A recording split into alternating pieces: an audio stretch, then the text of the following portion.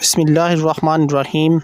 آج کی ویڈیو میں ہم سیکھیں گے کہ آندیاں کیسے بنتی ہیں اور سائنسی اور اسلامک پوائنٹ آف ویو سے یہ کیا اہمیت رکھتی ہے۔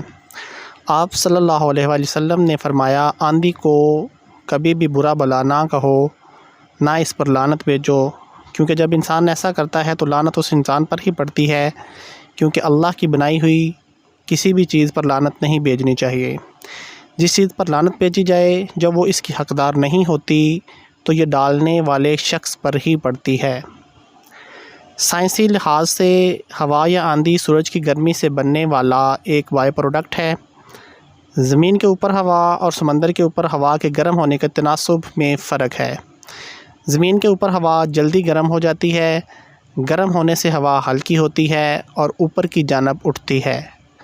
سمندر پر موجود ہوا اس جگہ کو فل کرنے کے لیے اس کی طرف چلتی ہے جس سے ہوا بنتی ہے، اور اگر یہ عمل تیز ہو جائے تو اس سے آندھی بھی مارد وجود میں آتی ہے۔ ہر وہ چیز جو بظاہر نقصان دہ لگ رہی ہو، اس میں بہت سے فوائد بھی چھپے ہوتے ہیں۔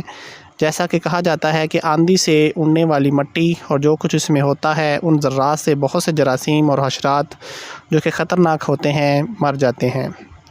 سائنسی لحاظ سے مزید دیکھیں تو ہوا انرجی حاصل کرنے کا بھی ذریعہ ہے، اور اس سے حاصل ہونے والی انرجی کسی قسم کی آلودگی بھی پیدا نہیں کرتی۔ ٹربائنز کو ہوا سے چلا کر بجلی بھی بنائی جاتی ہے۔ امریکہ جیسی سپر طاقت بھی اس سے بھرپور فائدہ اٹھاتی ہے۔ اس سے انرجی حاصل کرنے سے ہمارے فاسل فیولز کا خرچ بھی کم ہو جاتا ہے۔